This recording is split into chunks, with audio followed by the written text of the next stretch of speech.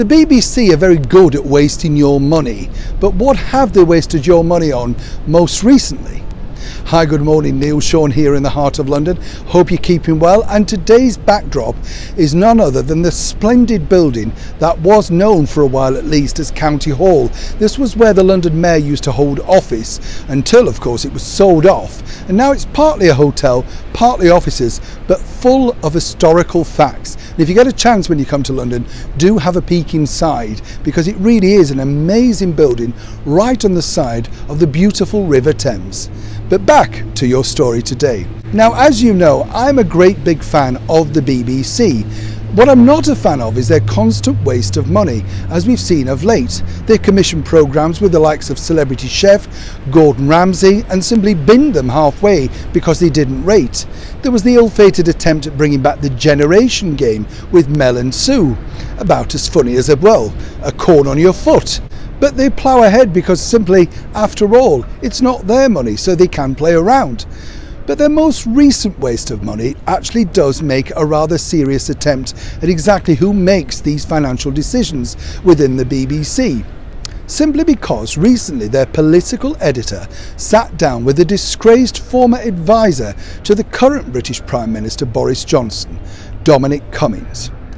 Now, we all remember Dominic Cummings simply for one thing, apparently going to Barnard Castle for his eyes being tested at the height of the pandemic, so anything that he has to say really has to be taken with a huge pinch of salt.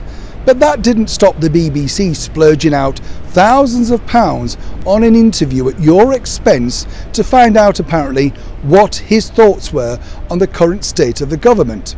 This was a court, of course, that he ran very tightly, often despising the media that he now so desperately wants to court.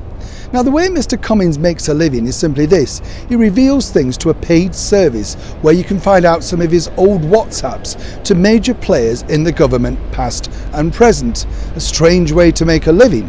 However, the political editor, as I say, sat down, and she's paid a vast amount of money, remember, to find out exactly his thoughts and the secrets of what goes on behind that famous black door at number 10.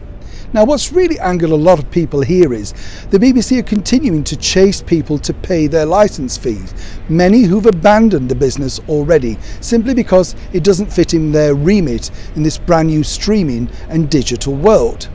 Now, what's also interesting, and a lot of people don't realise is that Miss Koonsberg was very close to Mr Cummings, often receiving tip-offs and text during his time in government. So one has to wonder exactly how clear and concise would the interview be, and more importantly, was it impartial?